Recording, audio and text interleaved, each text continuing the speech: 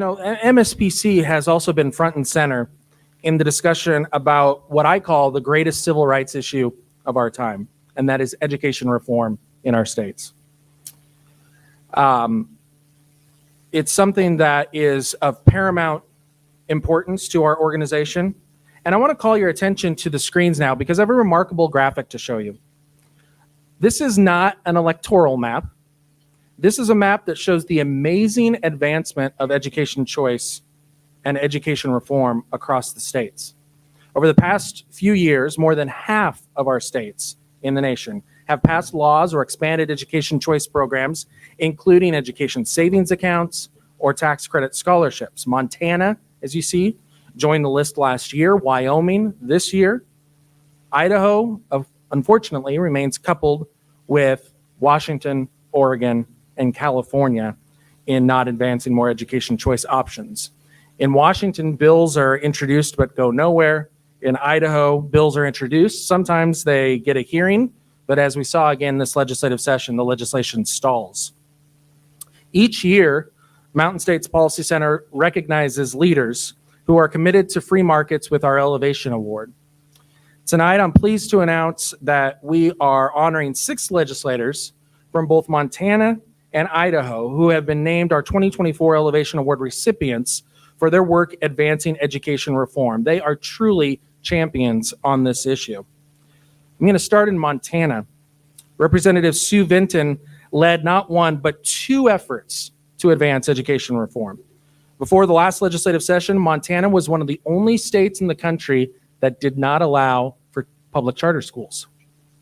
That has changed thanks to Representative Vinton's work, efforts and work. She led the passage of that bill, House Bill 562, which is very strong legislation that finally allows for public charter schools in the Treasure State. But that alone would be enough to give her an award for. But legislators are sometimes gluttons for punishment. So she decided that she was going to introduce another bill, House Bill 393, which allows for education savings accounts for special needs kids in Montana. Guess what? She got that passed too. So tonight, we'd like to recognize Representative Sue Vinton with our first Elevation Award of the evening. And if she would come up on the stage and join us.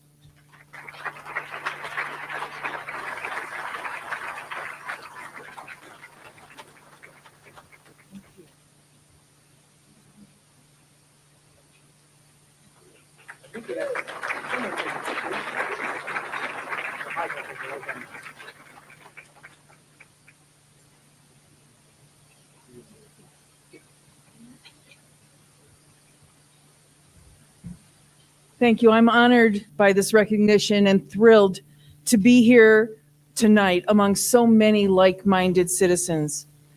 And I'm a former school board trustee and now a state representative, and I've never believed that providing and funding alternatives for children's education undermines support for public schools. And Montana's constitution is clear. It states that it is the goal of the people to establish a system of education which will develop the full educational potential of each person. It also mandates that the legislature shall provide a basic system of free, quality public schools, and goes on to state that the legislature may provide such other educational institutions and educational programs as it deems desirable.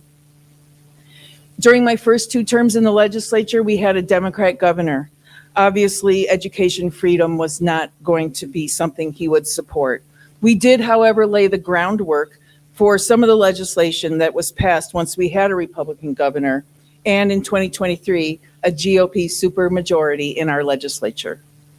We increased tax credits available to Montanans who direct their taxes to student scholarship organizations. We allow parents the option to choose schools for their children beyond their district of residence. As was mentioned, we passed community choice charter schools, empowering families and interested parties to form a charter school to meet the interests and abilities of their students. Finally, the Students with Special Needs Equal Opportunity Act enables parents to enroll their children in qualified non-public schools or programs that offered tailored education for their child's unique needs. Thank you. Predictably, but sadly, both the Community Choice Charter School Bill and the Students with Special Needs Equal Opportunity Act have been challenged by liberals and are subject to injunctions preventing immediate implementation.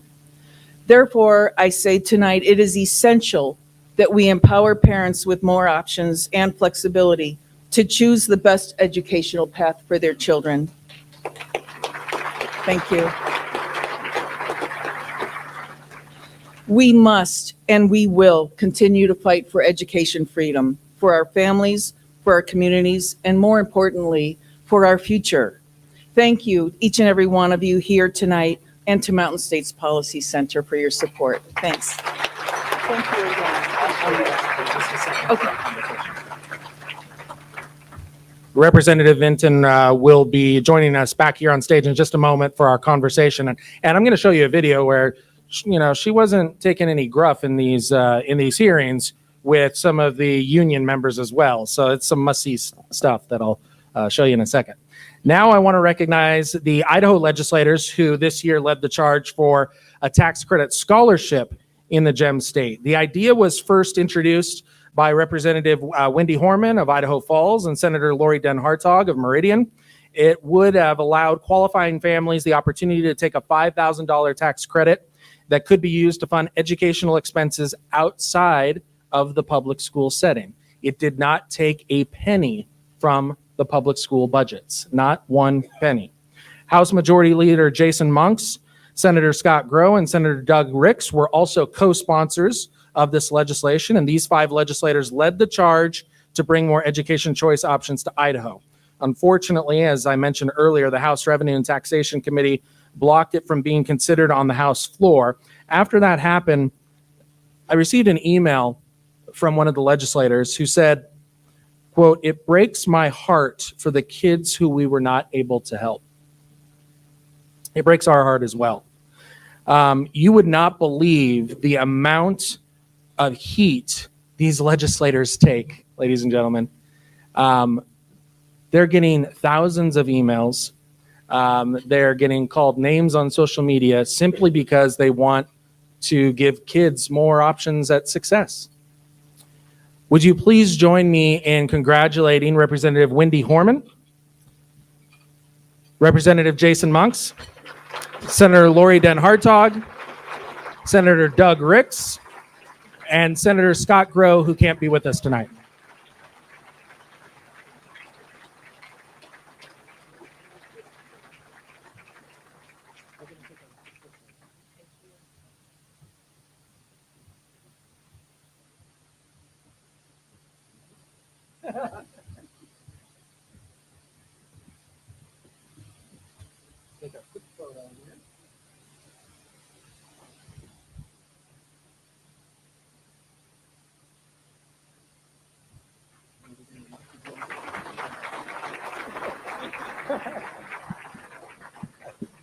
I think I drew the short straw here, although you will get a chance to hear from Wendy and Lori as well.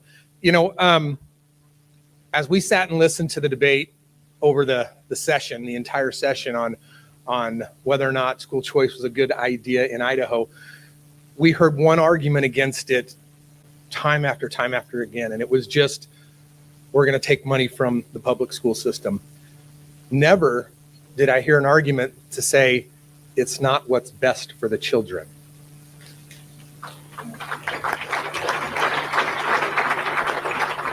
And with the Mountain States Policy Center, they have the data that shows that that's the case. That's why they support this idea, because the data shows that it's better for kids, not just that leave the public school, but the ones that stay in public school also benefit from it. Capitalism always works if given a chance. And one last thing I'd just like to say, Mountain States Policy Center provides policy and ideas, and elections matter. And when you go to support a candidate, you need to make sure that they support policy, Mountain States Policy Center ideas. Because if they don't, then we're not going to be able to be successful anymore. That's what we ran into in Idaho. We had some legislators who just were not there. They didn't believe that it was a best thing for Idaho. And we need help.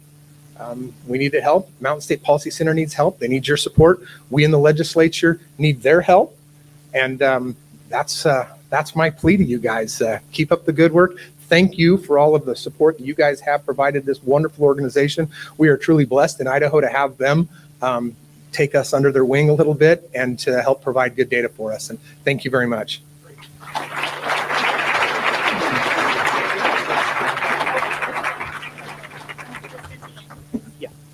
All right, Representative Vinton, we're going to put you back on the hot seat here. All right, so we're going to have a short conversation here and hopefully answer some of your questions as well. And so I think it's pretty remarkable, and maybe it's meant to be, that the three folks who have led the charge on this are mothers. You know, they're the one. Exactly. And so I wanted to give each of them the opportunity to tell us a little bit about their story, why they care about this issue, why they're involved, and maybe give us a preview of coming attractions as well. So Representative Vinton, we'll start with you. Well, thank you. It's no surprise to anyone in the Montana legislature that one of my sons, Jake, has Down syndrome, and he had a wonderful experience in public school. Although saying that, we deliberately chose the school that he was going to. And it was out of district. We had to provide our own transportation, 1 hour round trip, morning and afternoon. But he had a great experience. But I also know that many of his friends didn't have that same opportunity. So that's really why the Students with Special Needs Equal Opportunity Act spoke to me. Not so much for my own son, but for his friends, the other families that I knew that needed more opportunity, more access, more alternatives. Before Senator Den Hartog, we hear from you. Sebastian, let's play the clips of these three great legislators in action in the past few legislative sessions. The arrogance and the lack of respect by some of the opponents, and I don't mean to paint all of them with that same brush, but some of them.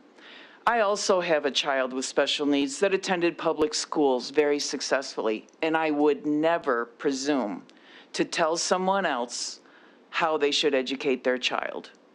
And that's what this bill does, is that it gives each family that choice, that opportunity to choose what the best path would be forward for their child. And that's what we should be doing.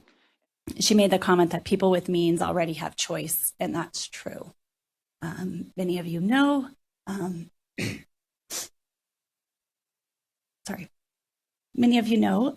we send our kids to a private Christian school, and we have made sacrifices as a family to do that, and that has been our choice. And I will share, it has been by the grace of God that we've been able to do that. But that doesn't work for all families. And I don't take for granted that the opportunities my kids have had have been because of some of those sacrifices. So I think Brown v. Board said race cannot be the deciding factor for school attendance. An address shouldn't be either. One of the loudest arguments against school choice is that it creates segregation. Let me tell you what, we already face that. The problem with that argument is too often our neighborhoods are already divided along racial and economic lines. Students pay a price for that because their parents can't afford the mortgage or the rent in the neighborhood where the great school is. All schools try, they do, I've been there. They try. But the problem is you shouldn't have to live on the right side of State Street to get in school where your child has a fighting chance, maybe a 70% chance at learning to read at grade level. It shouldn't be connected to your zip code. And this bill gives us a fighting chance at disconnecting income and wealth and housing from academic achievement.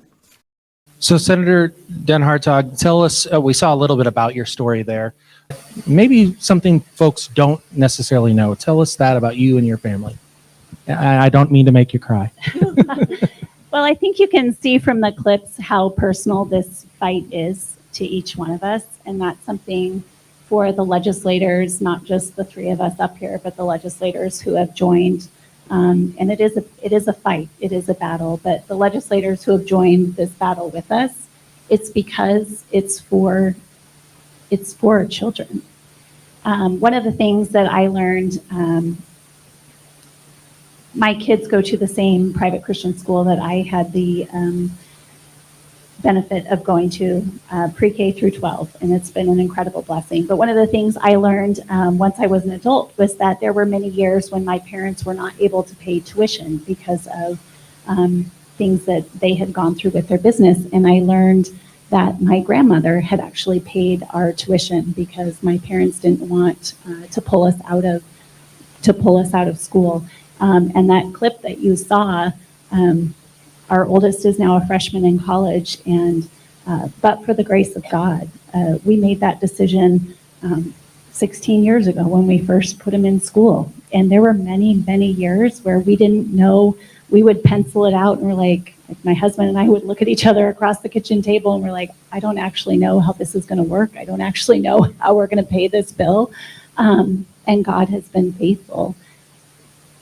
And I say that because we made that choice because of our faith. It wasn't a repudiation on the school district that we were zoned for. It was a choice where we wanted to have what we taught in our home, what our kids heard on Sundays, to be what they heard every day when they were in school. And so for families to be able to even imagine that choice is a possibility for them, that's what we're fighting for.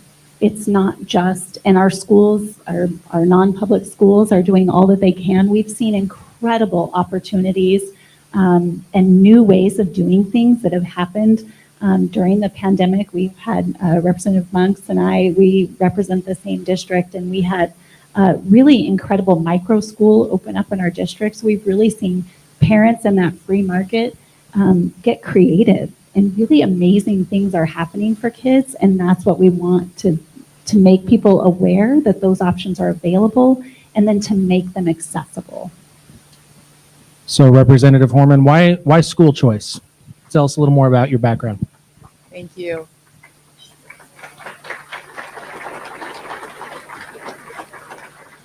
Just closer? Okay. Thank you. I am a mother of 5. And I spent 11 years on my local school board. And there were times when public schools simply did not work for my children. And 3 different times, once while I was on the school board, I pulled them out of the system. And as a mom, not tough. As a school board member, it was kind of hard, but worth it because it was what was right for my child. One of those times, this is the son who just called me while we were sitting here. He just had his appendix out yesterday, but he's doing fine.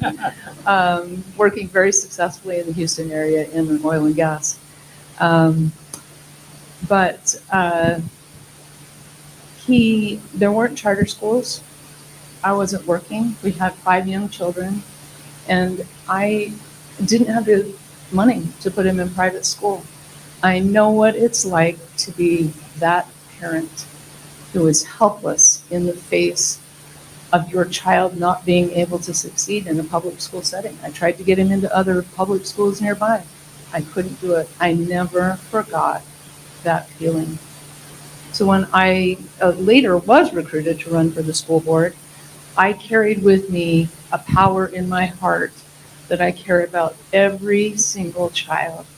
having the opportunity for an excellent education wherever that is. I've never cared, public, private, online, hybrid, home. My family has done them all. And I brought that to the legislature, and that's why I ran for the legislature, was to make sure that every child, no matter where they learn, have that opportunity. And I think it's really important. Yeah, absolutely. I think it's really important, as Representative Monks had to say, that we recognize that this is not an issue of shutting down public schools. There is a false argument being put forward in our state that we should just get rid of public schools and we should just have all private schools, that school choice would shut down public schools. That is completely inaccurate. And in every other state that has done this, the majority of kids still stay in the public schools because most families like their public schools. To paraphrase President Obama, they've heard this joke before. So if you like your public school, you can keep your public school. This is about helping the 5 to 10% of folks and kids who need a different option, who don't fit into that. They're the square peg that doesn't fit into the round hole. And so I think it's really important to recognize that. Before we run out of time, Representative Horman, I want to put you on the spot here because you and I have been working on an issue called the Public School Transparency Act. And if anybody's wondering, this item right here is not my script. This is the school district budget from the largest school district in Idaho, the West Ada School District. 500 pages, very light reading. If you're interested, you can come up and have a copy of it.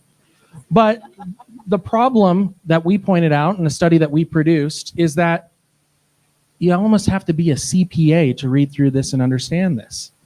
And we actually hit the businesses, hit the street, and asked folks if they could read this and understand it. So let's show that video, Sebastian. It's time to play What's in the School District Budget.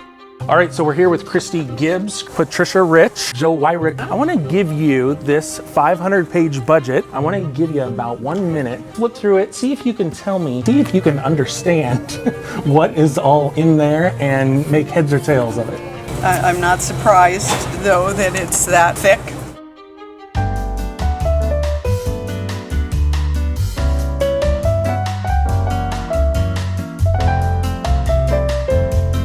All right, so your minute's up.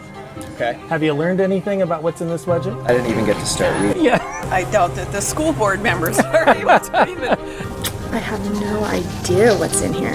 No way that you could comprehend that amount of information. This is what's called the Public School Transparency Act. So what if we were to say, okay, this is going to be on the first page that just showed you basic facts, figures, details. Would that make it easier for you to understand? I prefer this method, definitely.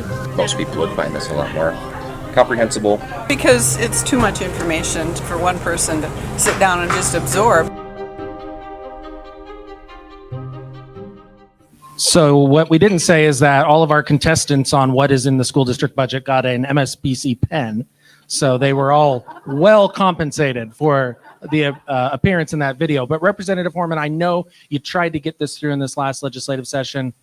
Tell me maybe what the future is for helping people understand what's going on in their school district. This also has been a critical issue for me since I was first elected. And Idaho has one of only a handful of funding formulas in the nation that is called a resource allocation formula, where the state bosses the local school districts around about how to spend their money. We don't have the per student formula that most other states have that dedicate additional resources to students who need additional help to learn.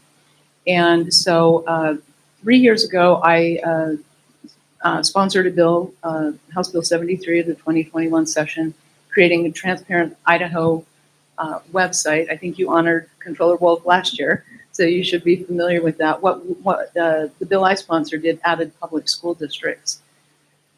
However, it's still too complicated, and it doesn't have the visualization we need. So this year we tried to run the principles, just got them drafted into a bill, and it's House Bill 718. It's still stuck in the House Education Committee in Idaho. But if you want to go take a look at it, you can. The politics around avoiding transparency baffle the mind. To just get some simple and straightforward answers. That is not the last you will see of that bill, though.